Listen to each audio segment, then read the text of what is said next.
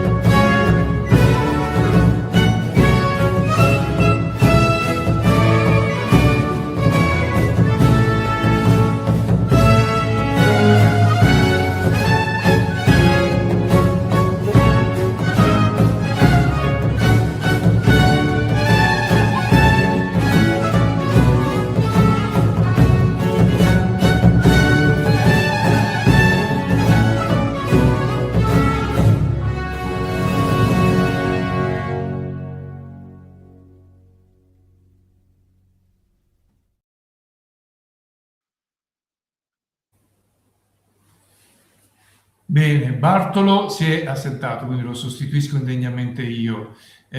Cominciamo quindi questo nuovo anno ricordandoci anche che è vero che noi facciamo iniziare l'anno del calendario con gennaio, ma l'anno astrologico, l'anno più antico, cominciava in realtà con l'equinozio di primavera, quindi grosso modo era lì che partiva nel segno dell'Ariete l'anno solare per gli antichi. Noi lo facciamo cominciare, è stato ovviamente casuale che Almanacco delle Tradizioni Popolari abbia iniziato la propria attività a marzo, però lo facciamo cominciare con un altro fuoco. Ricordiamoci che abbiamo parlato dei fuochi di Santa Lucia, i fuochi dell'Immacolata, il Sol Invictus del solstizio d'inverno, e ora siamo arrivati invece all'equinozio di primavera con un altro fuoco che nella nostra tradizione popolare in genere si festeggia, si rievoca approfittando del 19 marzo, la festa dedicata a San Giuseppe. Ora io non so nel dettaglio di cosa ci parlerà Luigi, per cui rimando la parola a Bartolo perché è lui il capo e poi libero di gestire la voce di Luigi. Troppo buono Orazio, io mi scuso se ho avuto un calo della connessione, quindi sono dovuto rientrare. Quindi io do la parola a Luigi appunto per illustrarci Sì. questi riti dei Allora, fuochi legati al mese di marzo. sì, legati a molti eventi durante tutto l'anno. Oggi è 18, domani 19 San Giuseppe, il dopodomani 20 è l'equinozio, anche se ufficialmente il 21. Il 19 San Giuseppe è festeggiato in genere con dei falò di San Giuseppe. Perché? Perché in realtà è l'antica festa di celtichi devo stare. Vedete in questa fotografia sia diciamo la chiarezza, la spiegazione. Qui sono dei covoni che vengono bruciati, il falò è fatto di covoni, quindi in realtà è il benvenuto alla primavera e viene bruciato ciò che non serve più dell'anno precedente. Quindi è nel pieno segno di quella che è la tradizione, diciamo, naturale, di tipo naturale, non certo di tipo religioso. Se andiamo alla successiva, si vede invece come il cattolicesimo, il cristianesimo, Bartolo va alla successiva, si è impossessata, bene, lì prima eravamo ad Erchie, qui siamo a Toritto. Vedete, si preparano i pasti intorno al fuoco di San Giuseppe. In realtà San Giuseppe è il protettore dei poveri e questi piatti dovevano essere per la famosa tavola di San Giuseppe, che in realtà doveva essere destinata ai poveri, anche se oggigiorno non è certo destinata ai poveri.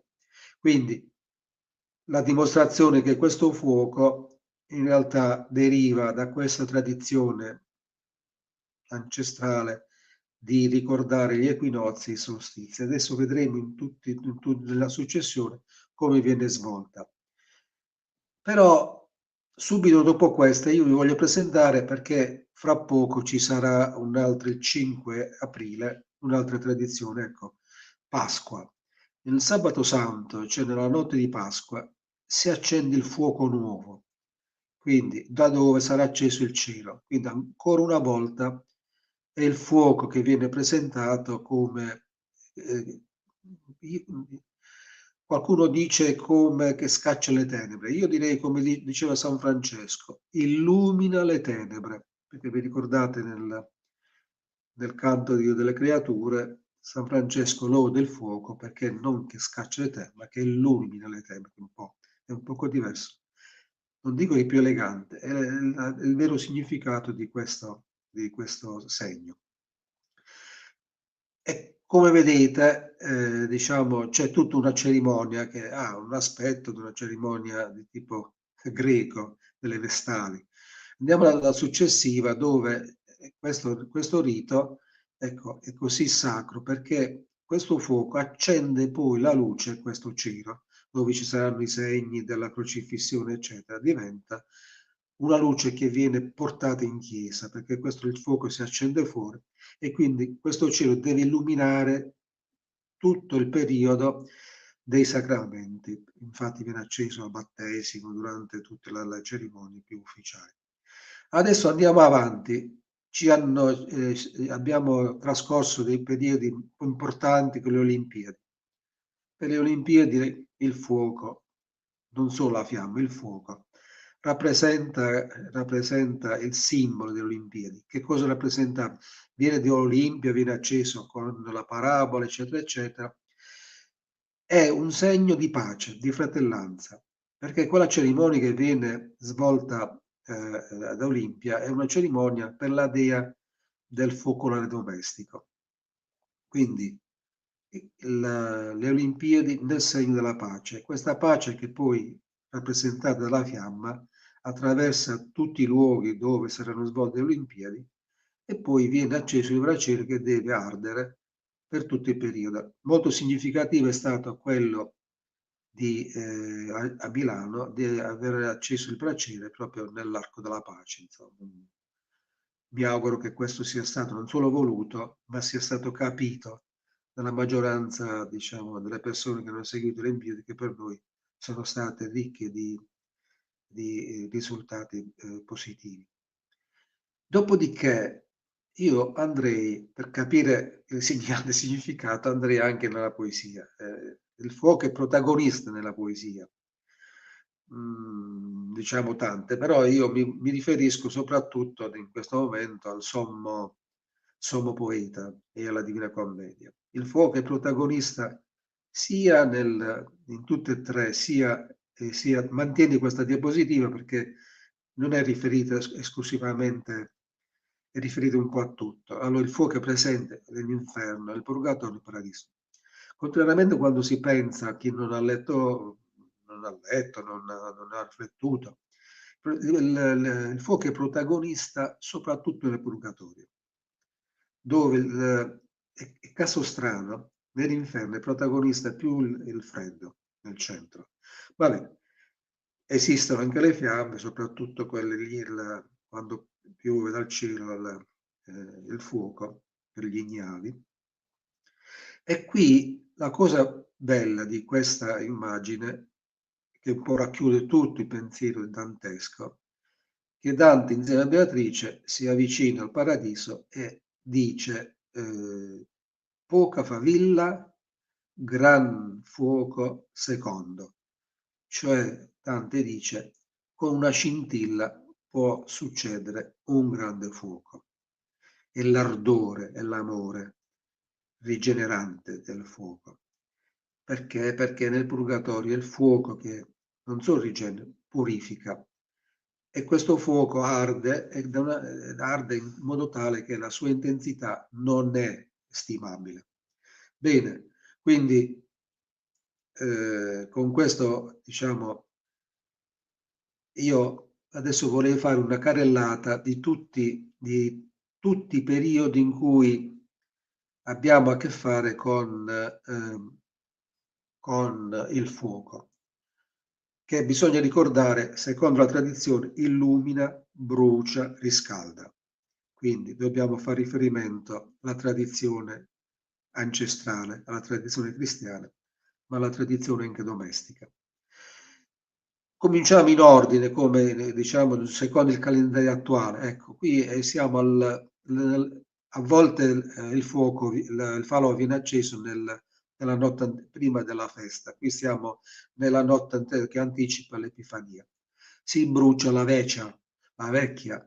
Bruciando la vecchia significa che si è bruciato tutto ciò che è negativo. Ovviamente questa cosa va letta perché la vecchia è diventata brava, buona con la Befana, quindi merita, quando sarà il caso in un altro momento, di capire perché poi da una parte viene bruciata, dall'altra viene invocata per portare i regali. Però in molti luoghi questo rito è molto, molto seguito. Comunque c'è la fase anche ludica dei regali che comunque vengono dati ai bambini. Il secondo appuntamento è quello più, diciamo, più ricordato, che è Sant'Antonio Abate. Sant'Antonio Abate, vedete, io ho cercato delle immagini in cui i simboli che vengono riportati su questi falò fanno ricordare anche quello per il motivo per cui il cristianesimo ha ricondotto a sé questi riti antichi, questi riti ancestrali. Qui c'è una croce, in realtà Sant'Antonio, secondo la tradizione, fu portato nell'inferno e quindi lui prese dall'inferno il fuoco per edificare la nostra cristianità e quindi per rendere onore alla croce. Sant'Antonio Abate comincia il carnevale e il carnevale nel segno, diciamo anche il gioco, viene effettuato nel segno di quello della redenzione. L'altro appuntamento che viene dopo quello di Sant'Antonio Abate, li abbiamo già descritti, sono quelli di San Giuseppe, quello del Sabato Santo e poi abbiamo subito dopo un altro personaggio che dimenticavo quello della Candelora. la festa della Candelora, che è collegata anche a quella che sarà dopo la festa della luce del Sabato Santo, che fu un anticipo. Questo è una festa che lega il Natale alla nascita, alla risurrezione e morte. Io ho riportato un manifesto di questa festa del 2 febbraio e dove c'è anche un proverbio: quando viene la Candelora, dell'inverno siamo fuori, ma se piove e se tira vento, nell'inverno siamo dentro. E fa un po', un po' simpatico riportarlo anche in questo contesto dell'almanacco. Anche qui la luce che rappresenta la presenza divina, che questa candela che viene donata alla famiglia deve rimanere in famiglia, anche se non è accesa per rimanere permanente, poi deve essere consumata entro l'anno dell'anno successivo. Bene, andiamo a quello che è un'altra immagine, quello di San Michele. Ecco, San Michele è una festa dove San Michele è colui che ha cacciato il demonio. Vedete, nell'immaginario popolare, San Michele dalle nostre parti è stato trovato, è apparso in una grotta, no? Quindi questo falò in maniera molto significativa è fatto con una casetta che vuole imitare una grotta che viene riempita di fuoco, e all'interno di questo fuoco si manifesta questo fatto religioso. Vedete, ogni volta si cerca di dare anche un significato, solo che ancora come una volta queste cose vengono ultimamente un po' riprese, però non si dà il giusto rilievo a quel che può essere il significato, e quindi anche una maggiore comprensione per impossessarsi della tradizione che fa riconoscere l'identità del territorio, perché non tutti i paesi festeggiano il San Michele, non tutti i paesi festeggiano San Giuseppe, perché nel festeggiare queste ricorrenze c'è anche l'identità del territorio, e nel costruire, nel realizzare il falò c'è anche l'identità di chi? Degli artigiani del territorio. Allora, il falò di San Giuseppe, per esempio, è tradizionale perché in alcuni luoghi, io ho fatto quelli con i covoni, però per esempio nel mio paese venivano raccolte tutte le potature degli ulivi e le potature dei vigneti, perché il mio paese, diciamo, in tempo remoto, adesso non più, era molto riconosciuto per la produzione di olive e di uva. E bisognava farlo insieme con tutto un gruppo di amici, soprattutto i più giovani. Una settimana era dedicata a raccogliere questi rami, queste potature che venivano, i contadini lasciavano appositamente in campagna, e con un carretto si andava. Io, diciamo, sono abbastanza vecchio, si dice, per ricordarmi ancora che si andava in campagna e poi si realizzavano, non c'erano tanti problemi di sicurezza come oggi, giustamente, perché il fuoco, come abbiamo visto, se non è ben gestito, è abbastanza pericoloso. Però bisogna anche superare questo problema della sicurezza e mettersi nelle condizioni di assicurare questa sicurezza. Si può fare. Ovviamente ci sono non costi in più, c'è un maggiore impegno, soprattutto da parte dei volontari, però per essere un buon volontario ci deve essere anche un buon ascolto, una buona amministrazione che sappia ascoltare. Non è detto che debba mettere per forza dei soldi, ma è detto che debba mettere una partecipazione che è quella della disponibilità del paese a farsi attraversare da queste tradizioni. Bene, andiamo avanti in questa carrellata, siamo arrivati a San Michele e adesso andiamo verso i solstizi. Il solstizio, anche questo era dai nostri, si chiamava la festa della Lita nel gergo celtico, Se il solstizio noi l'abbiamo diciamo asseverato a due personaggi, anzi a tre. Prima di tutto a San Giovanni il Battista, il 24 giugno, e poi anche a San Pietro e Paolo il 29 giugno. Ovviamente dipende dai paesi. Guardate, questa immagine è Torino. Allora, una città così grande come Torino, che mantiene ancora viva questa tradizione, da prendere come esempio. Anche perché in questa immagine c'è l'immagine, vedete, c'è questa torre, su cui è posizionato il simbolo del toro, il simbolo della città. E qui c'è anche la tradizione del presagio, dipende da dove cade questa torre e dove cade il simbolo per avere risultati positivi o negativi alla città.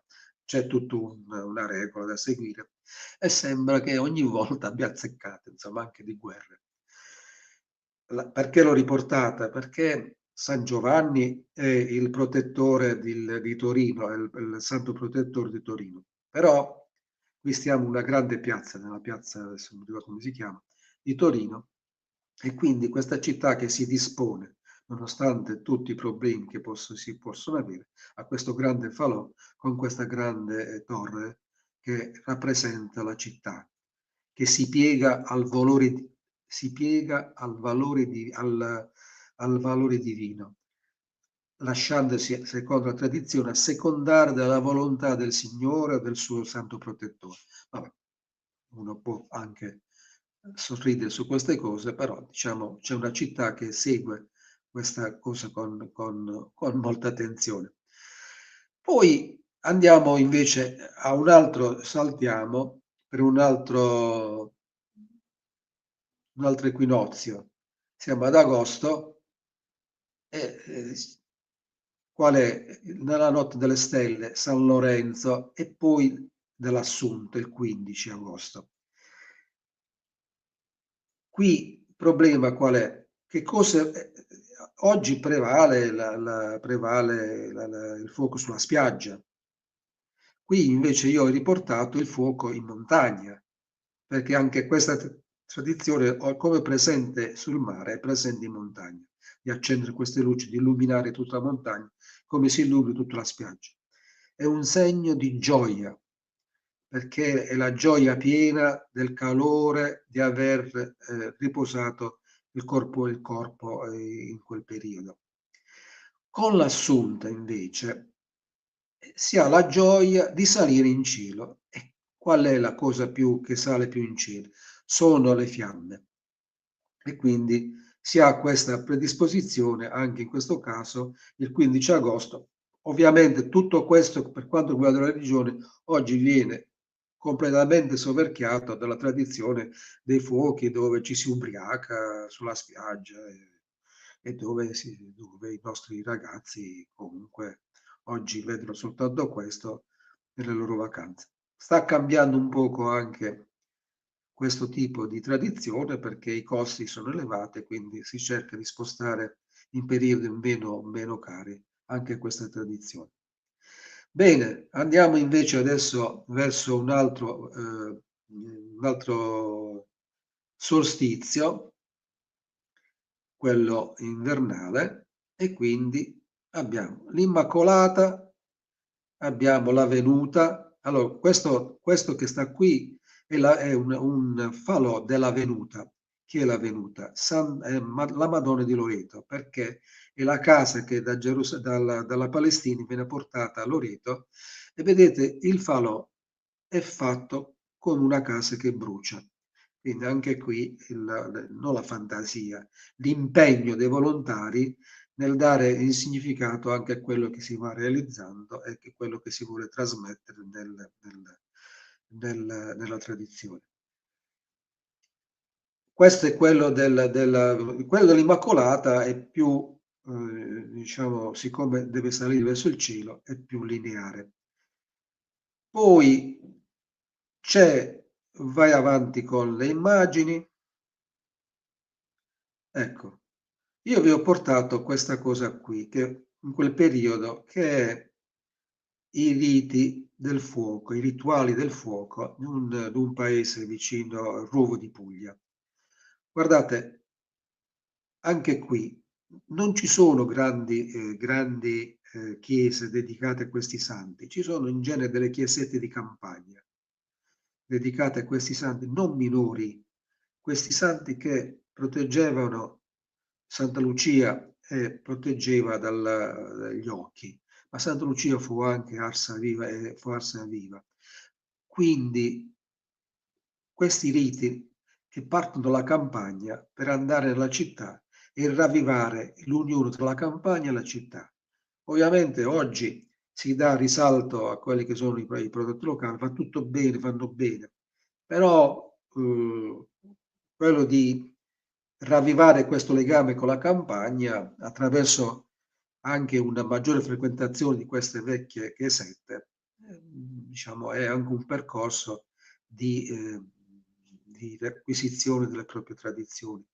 Io tengo sempre a precisare, non è un fatto di avere una nostalgia, è un problema di riconoscere le proprie origini, la propria identità, per ritrovarsi con una nuova proposizione, perché nulla deve rimanere uguale, tutto deve anche trasformarsi, però diciamo, noi ci trasformiamo, ci possiamo sempre quelli che siamo, rimaniamo, anche se andiamo da un estetista per trovare.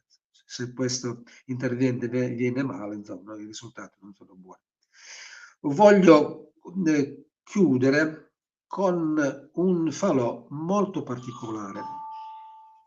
Il falò, questo qua, questo è un falò che viene acceso nella notte di Natale. Molto, molto particolare. Io l'ho portato con lo zocco, si chiama. Sono dei ceppi di legno tagliati in maniera particolare che vogliono creare che cosa in realtà? È un po' fantasioso, ma in realtà vogliono creare una culla. Sono tozzi di legno adatti per creare un giaciglio. E su questa manifestazione avviene quella che è la venuta, il fuoco che riscalda il nostro Salvatore che, secondo la tradizione, è nato povero, una mangiatoia, una grotta, una mangiatoia, tutto quello che si vuole. Il bue e l'asinello sicuramente non c'erano, sicuramente non faceva freddo, mi hanno detto una serie di cose, però celebrare il Natale anche con un fuoco comunitario, vedete quanta gente intorno, celebrare la notte di Natale in quella maniera fa comunità. È chiaro che in genere si pensa al Natale come una festa di famiglia. Ok, qui invece è il paese, e questo non è un piccolo paese, è un paese che fa famiglia. Non si è intervenuti sul dividere la famiglia, invece si estende il concetto di famiglia e quindi di focolare. Ritorniamo a quello che è il pensiero più laico, che è quello delle Olimpiadi. Quello delle Olimpiadi è quello che ci dovrebbe indicare di più il significato del fuoco, che è il fuoco domestico, e insieme a quello che dice Dante, attento, una scintilla può bruciare anche, può diventare un fuoco che può bruciare tutto, quindi devi governarlo, devi fare in modo che questo focolare bruci e riscaldi e illumini. Questo è il messaggio che viene sia nella tradizione, si dice sempre celtica, ma non è soltanto celtica, è anche germanica, è anche quella che può essere dell'Italia settentrionale, ma anche degli stessi romani, perché poi i romani non erano da meno. Bene, questa carrellata per il nome di San Giuseppe che celebriamo domani è quella che ancora di più salutiamo come una nuova primavera. Luigi, c'era Gabriele che chiedeva a proposito di questa immagine qui, Sì. a proposito di questo, chiedeva cosa significa lecceie, Santa Lecceie? Santa Lucia. Ah, Lecceie e Lucia, perfetto. Lecceia, l'arruvo, Lecceie, Ah, perché Santa giustamente Lucia. 13 dicembre, sì, 13 dicembre, sì, E ovviamente. Santa Lucia. Santa Lucia. Ok, abbiamo svelato l'arcano. Ovviamente Spero in queste manifestazioni si ha anche il pregio di avere non una riscoperta, una frequentazione con la nostra lingua madre, che è il Certo. dialetto. Sembra Gabriele Quindi, dice fanolo, che significa? Falò. È il fuoco, è il grande falò. Certo. È Sì, ne si avevamo chiama parlato fanò. anche l'anno scorso, ricordo, Fanoi, fanolo, cioè sì, dipende sì. dal tipo di paese. In Basilicata, per esempio, ogni paese la chiama a modo suo. Bene, ho Benissimo, risposto benissimo. a tutto? Sì, pare di sì, non ci sono domande Mi specifiche, auguro non ce ne che... sono, a parte un po' di complimenti. Vedevo che quella era Piazza Castello a Torino, sto vedendo. Sì, Piazza Castello, sì. Tradizioni messe in azione per scoprire i lati esoterici, ma non so se sono lati esoterici o semplicemente pagani, ma non credo che siano esoterici. Sì, questa è la fantasia, quando si parla di esoterismo in queste cose, sì, per dare un taglio eccessivamente... di mistero e quindi per renderlo più affascinante. Poi di fatto le tradizioni sono totalmente affascinanti così come semplici. sono. Sì. Non c'è bisogno del doping dell'esoterismo per poterla rendere affascinante. Non bisogna drogarsi con tra le altre cose. Ok, Orazio. Allora, faremo un piccolo excursus su due personalità visionarie che hanno calpestato la terra, la nostra amata terra del sud. Uno è un personaggio che ho rubato a Bartolo e lo tratteremo alla fine. È un artista, autore di xilografie, di stampe, che ha talmente amato il Sud che l'ha immortalato nelle sue opere. L'altro è una figura, sono nati tutti e due circa 125-130 anni fa. Il primo di cui parleremo, ecco, questa figura al centro in abito nero, in abito scuro, è Adriano Olivetti, nato, e qui è la combinazione, ossia l'occasione, l'11 aprile, quindi siamo più o meno nel periodo, del 1901. Cosa aveva di speciale Adriano Olivetti? Diciamo subito che lui era molto amico di Carlo Levi. Carlo Levi, voi sapete, tra il 34 e il 35 passa alcuni anni tra Aliano e Grassano al confino perché ritenuto di idee non conformi a quello che era il regime di Mussolini.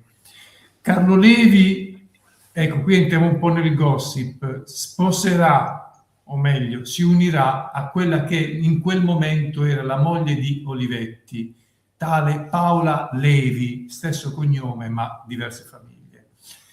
Evidentemente l'amicizia non si è rotta, anzi Carlo Levi coinvolge Adriano Olivetti nella problematica legata alla città di Matera. Voi sapete che c'è stato un caso Matera nell'immediato dopoguerra, lo scandalo di avere una città che viveva in uno stato semi-preistorico, no? Con le acque nere a cielo aperto, una serie di problematiche.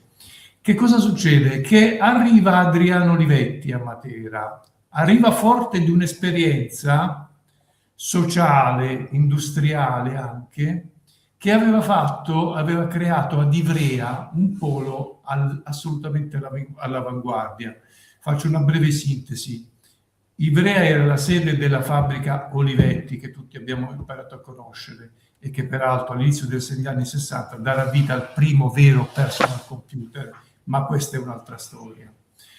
Che cosa fa Adriano Olivetti? Dice: io voglio costruire un villaggio di case per i miei impiegati che sia di qualità, non una semplice dimora per dormire, mangiare, svolgere le funzioni vegetative normali di una famiglia, ma per vivere, per ricreare una comunità. Attenzione, perché ci torneremo su questo argomento.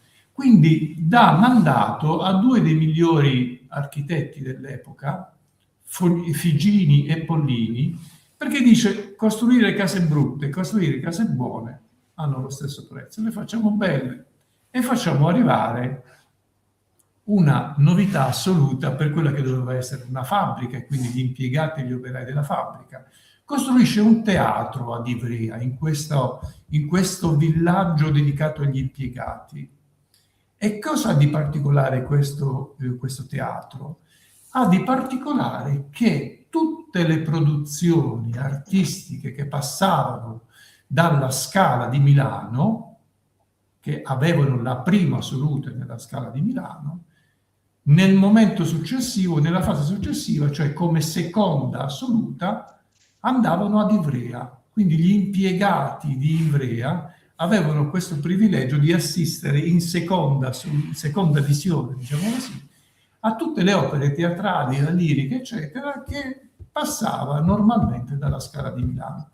Quindi la considerazione che aveva a livello umano Adriano Olivetti per i suoi impiegati, i suoi operai, era assolutamente rivoluzionaria, utopistica, potremmo dire. Qui si innesta un problema degli anni successivi, ossia Adriano Olivetti, scusate, devo fare un giro largo perché devo arrivare alla Martella di Matera. Questo villaggio bellissimo, utopistico, fantascientifico, si scontra con una realtà emotivo-sentimentale, psicologico, ossia del fatto che questi impiegati, è vero, vivevano in una piccola situazione di sogno, ma avvertì Adriano Olivetti che a queste persone mancava il collegamento con le radici. Si pente in qualche maniera e cerca di rimediare alla sua maniera, cioè rimettendoci. Aiuta tutti quanti gli operai che avessero voluto comprare casa nei loro luoghi d'origine, li aiuta a tornare nei paesi d'origine. Non so se mi sono spiegato. Prima crea Ivrea, questo villaggio ideale, e poi capisce invece che le radici perse sono terribilmente dannose per l'uomo, per quanto moderno, per quanto abituato alla mobilità, sin da allora. Questa cosa si riverbera quando lui arriva a Matera. A Matera, se mi fai vedere, Bartolo, quell'immagine sulla riforma fondiaria, c'era stato nell'immediato dopoguerra, queste case le avete sicuramente viste nel Foggiano, nel Metapontino, nelle Piane di Puglia, erano le tipiche case coloniche che venivano date ai contadini, agli agricoltori, ai braccianti, in modo che potessero avere un piccolo nido, un deposito, un magazzino, in cui ricoverare bestie, attrezzi, animali e ovviamente offrire anche un tetto alla propria famiglia. Qui rientra quell'esperienza di Ivrea di Olivetti. Arriva Olivetti e dice: guardate, noi abbiamo sradicato questa gente dalle proprie comunità. Questa gente del sud è profondamente radicata in quello che diceva prima Luigi, il senso della comunità. Non sono iniziative che devono nascere dall'alto, devono nascere dal popolo. E queste persone avevano perso la comunità, ed è lì che propone, fa costruire e si cura di rendere qualitativamente elevato il borgo La Martella, che Bartolo ci farà vedere. Ecco, questo è il borgo della Martella, in costruzione nel 1952. Perché lo fa costruire? Lui dice: certo, è bello che i braccianti abbiano una casa già nelle campagne, in cui non si debbono spostare col mulo, con l'asino, per andare a lavorare la mattina, però perderebbero il legame comunitario. Allora meglio creare un villaggio dove c'è una comunità, dove la sera ci si confronta, ci si aiuta, ci si presta gli attrezzi del lavoro, ci si aiuta, ci si scambia la manodopera, anche a costo di uscire alle 4 di mattina con l'animale per andare sulle terre a svariati chilometri. Quindi fa esattamente il contrario. raccoglie tutti questi braccianti agricoli, questi contadini, questi agricoltori e li recupera all'interno di una cinta comunitaria ben definita. E come vedete, le case hanno uno stile che è molto simpatico, perché è un'unione di agricolo e moderno, ha qualcosa della serialità dei residence, però ha quei connotati tipici, il tetto, il comignolo, quelle linee molto semplici, tipiche per esempio delle nostre Locorotondo Ostuni, se vi è capitato di andare da quelle parti. Andiamo avanti con le foto, Bartolo, per favore. Ecco, e qui la chicca: incarica l'architetto Quaroni di creare un centro di culto.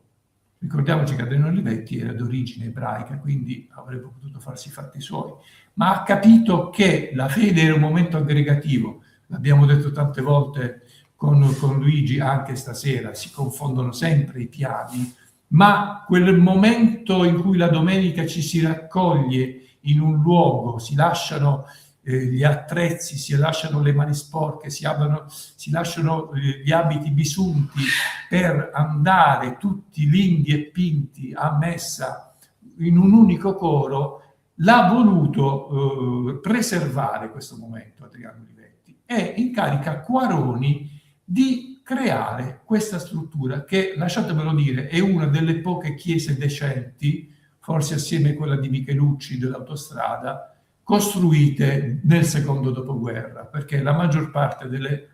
Vabbè, non mi fate fare polemica. Se mi fai vedere, Bartolo, il particolare delle maioliche bellissime che circondano... Ecco, le vedete, queste maioliche.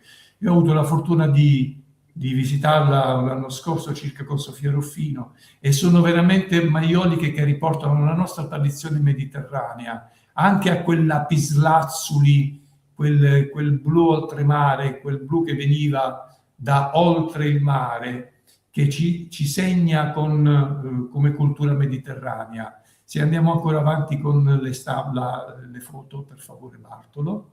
Ecco, qui la potete apprezzare. Ci sono i chiari riferimenti al blu della Certosa di Padula, ma anche a tutta la tradizione del Salernitano, di Amalfi, tutta una tradizione ceramica che è millenaria nostra. Puoi andare ancora avanti?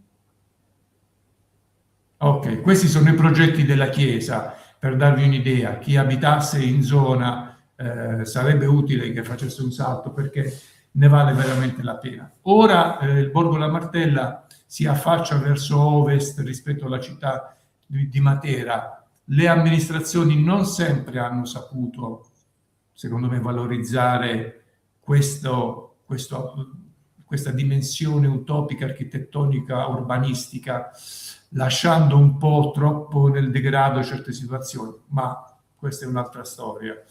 Quello che ha fatto Adriano Olivetti qui è stata una vera rivoluzione, e soprattutto è venuto a farlo con quello spirito che l'ha sempre contraddistinto, cioè quello di non badare mai a spese, non stare lì a fare il calcolino, cioè a cercare soprattutto la qualità nei prodotti finali delle sue idee. Ora invece, se ci sono domande fatele, ma io tengo molto alla figura di Adriano Olivetti. Ecco, qui c'è un altro visionario, da un altro punto di vista, un punto di vista più calmo, tranquillo, sereno, ed è il famoso, un nome difficilissimo, Maurits Cornelis Escher, molto più noto rispetto a queste opere per quelle scalinate che si intrecciano, quegli uccelli che diventano rospi, ranocchi, ramarri, eccetera, quei giochi di prestigio ottico ricchissimi di effetti che sono diventati, soprattutto negli anni 90, non c'era cameretta di adolescente che non avesse un poster, una cartolina di Escher, insomma, era molto famoso soprattutto in quegli anni. Ecco, la cosa che è interessante, che abbiamo scoperto un po' insieme io e Bartolo ha una radice calabra nel suo sangue, possiamo dirlo? Cioè Avigliano combatte certamente. Esattamente, sono mezzo sangue aviglianese, mezzo sangue moranese. Esatto. E Escher Escher è di 3 anni più vecchio di Olivetti, del 1898, quindi figuriamoci. Ecco, questa commenta tu stesso, Bartolo, ti tocca. Questo è Morano, cioè, non c'è che dire, questa è proprio la rappresentazione di Morano Calabro, con il castello sopra, la chiesa di San Bernardino sopra in cima, i ruderi del castello è proprio così, nonostante questa è soltanto una rappresentazione di Escher, però Morano è ovviamente qui un po' più stilizzata rispetto a quello che è realmente, però è questa, si vede tranquillamente il Pollino, perché poi è inserito perfettamente nel Parco Nazionale del Pollino, proprio alle pendici del monte di Serra Dolcedorme, quindi siamo inseriti proprio nel contesto del Parco Nazionale del Pollino. Ecco, qui già si notano i giochi di linee, no? Molto geometrici, eccetera. Qui stiamo un po' esulando dal discorso di Almanacco, ma queste figure che sono passate sulla nostra terra e che spesso ci dimentichiamo di Trevisano Vicentino di oh mio Dio, ci dimentichiamo di segnalare, no? Queste sono figure importanti che si sono innamorate della nostra terra e quindi, se permettete, ci teniamo anche a sottolinearne la presenza. Andiamo un po' avanti, facciamo una piccola carrellata e una spruzzata di curiosità. Avremmo dovuto lasciare il posto a Valerio Monaco. Ecco, questo è Rossano Calabro, credo, no? Con i Calanchi che è sullo sfondo lo Ionio che guarda verso nord, quindi guarda verso la Puglia, verso il Salento. Questa è la chiesa del Patiro, che se ricordo bene, con questa struttura bizantina, come vedete a croce greca, con i bracci uguali, con i Calanchi che vedete che come dire, portano sino al mare. Andiamo avanti, Bartolo. Questo è il Morano. Ok, andiamo avanti ancora. Ecco, questa è un'altra visione, non riesco a leggere qual è il paese. Ecco, ma comunque a noi interessa che qui sono già presenti quegli elementi di confusione e di effetto ottico che poi saranno nella fase matura dell'opera pittorica di Escher, l'elemento caratteristico. Chissà che non abbia preso... Scilla. Questo è Scilla, perfetto, quindi esattamente sul mare. Ecco, quegli elementi, chissà che l'occhio di Escher non abbia preso dai nostri vicoli, da quei tetti caratteristici, l'idea di giocare con questi volumi, di confonderli, chissà che non abbia visto lì delle suggestioni che poi avrebbe sviluppato nella sua opera più matura. Andiamo avanti, ci sono pochissime foto, giusto per soddisfare la nostra curiosità. Ecco, quello di prima non era Rossano, era Stilo, era l'abbazia di Stilo. Stilo, hai ragione. Stilo. No, l'ho cercato nell'ingrandimento delle fotografie. Questo è una bellissima rappresentazione della roccia, sembrano delle ciambelle, sembra qualcosa del genere. Qui i motivi geometrici sono intrecciati e contrapposti. Da una parte questi specie di dischi con invece la verticalità di questi palazzi che si affacciano evidentemente sul mare, su qualche spiaggia. Andiamo velocemente avanti. Tropea. Bartolo, È Tropea. Sì. Qui parliamo sempre Stilo. Ecco, andiamo, sì, un attimo. Ecco.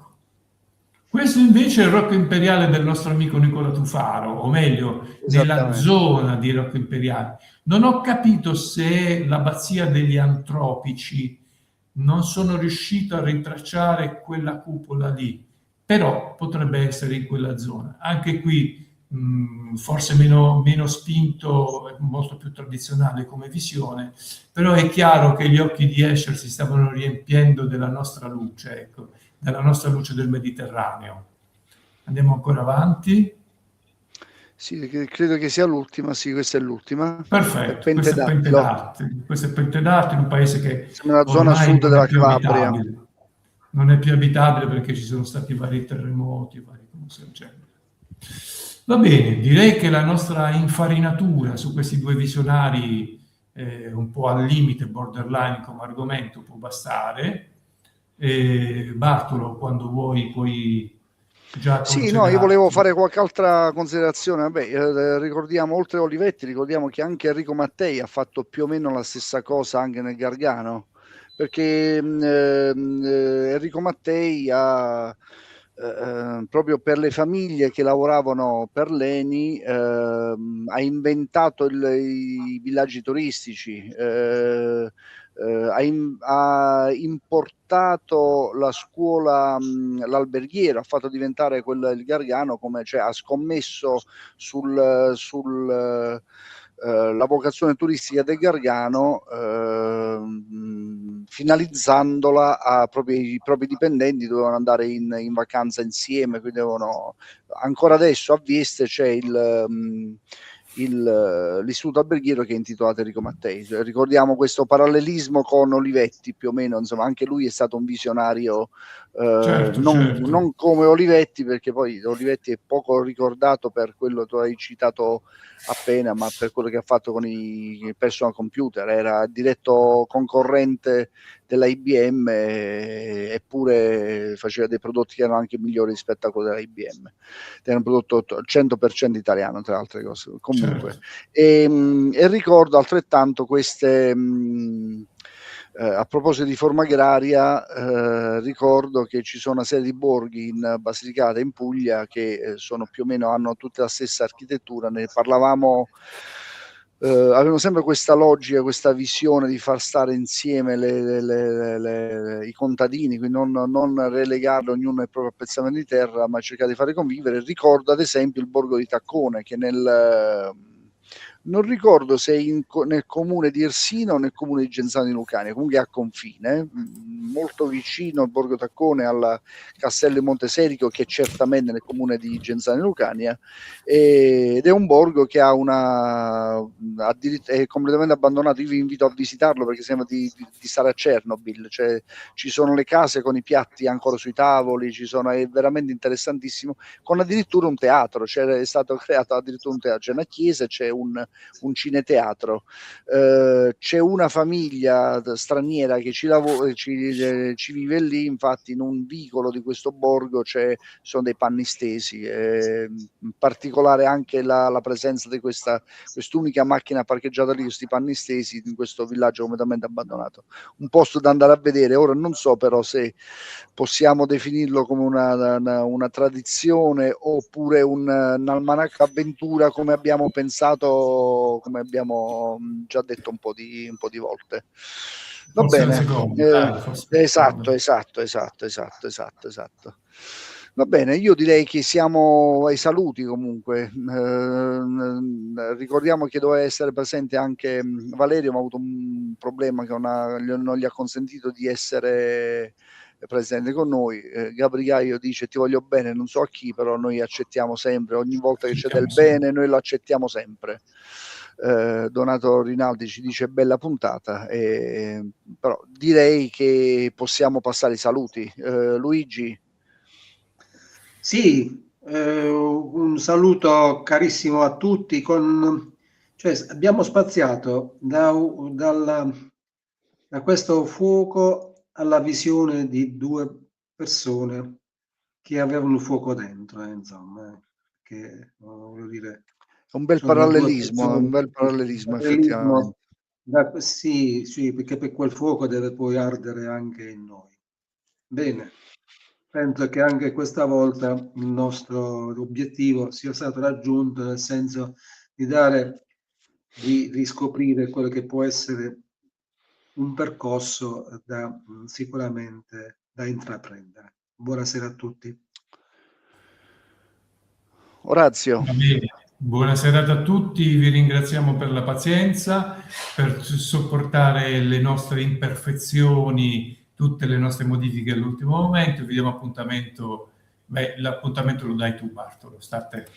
Sì, l'appuntamento è sicuramente agli inizi di aprile. Penso questo mese stiamo andando un po' lunghi per alcune problematiche che sono emerse, ma io penso che forse, non dico gli inizi, forse metà aprile riusciamo a fare la prossima puntata, che è la 26esima puntata, o come abbiamo detto all'inizio, la seconda puntata del terzo anno.